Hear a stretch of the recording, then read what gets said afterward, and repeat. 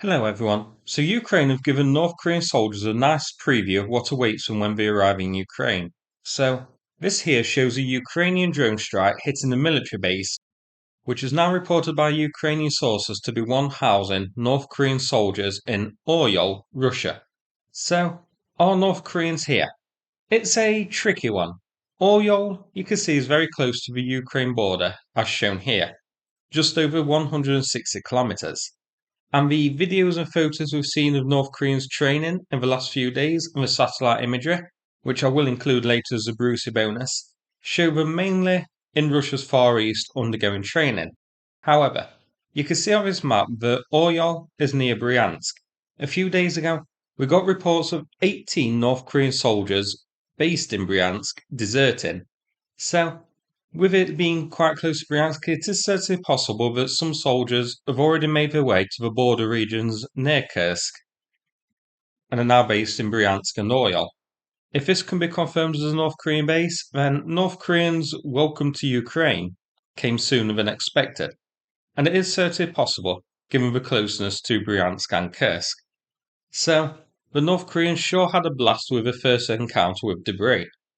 Now, let's have a look at a Brucey bonus. I was going to do this as a video on its own, but I decided to merge it to this one. So, where are the rest of the North Koreans based? Well, I have some satellite imagery shared by South Korea. This first image was shared by South Korea, and it's tracking the movements of naval vessels around Korea itself. Now, to me, this image looks like nonsense. I don't understand it at all, what those white blibs and blobs are meant to be.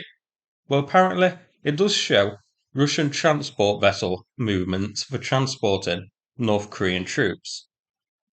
South Korea reports that 4 landing ships and 3 escort vessels belonging to the Pacific Fleet of Russia's have completed the first transport of around 1,500 North Korean special forces from areas near Chongnyin, Hamhung, and Musudan to Vladivostok.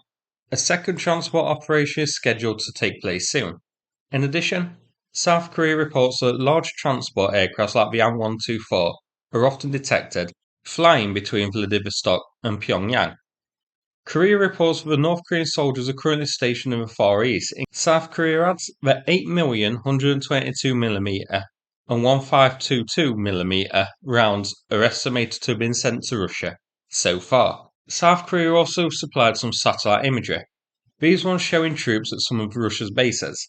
So, this first one is a small military base in Khabarovsk, Russia. Estimated that 240 North Korean soldiers are based here and can be seen on the image. This is located near the base used by Russia's 240th Tank Training Regiment.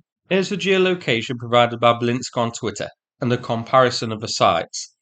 And here, the Google Map view showing the training grounds overall. Once we've had a look at our other training base, I'm going to zoom out and show where they both are. This shows what is estimated to be around 400 North Korean military personnel gathered on a parade ground in a settlement called Ussurisk in Primorsky, Russia.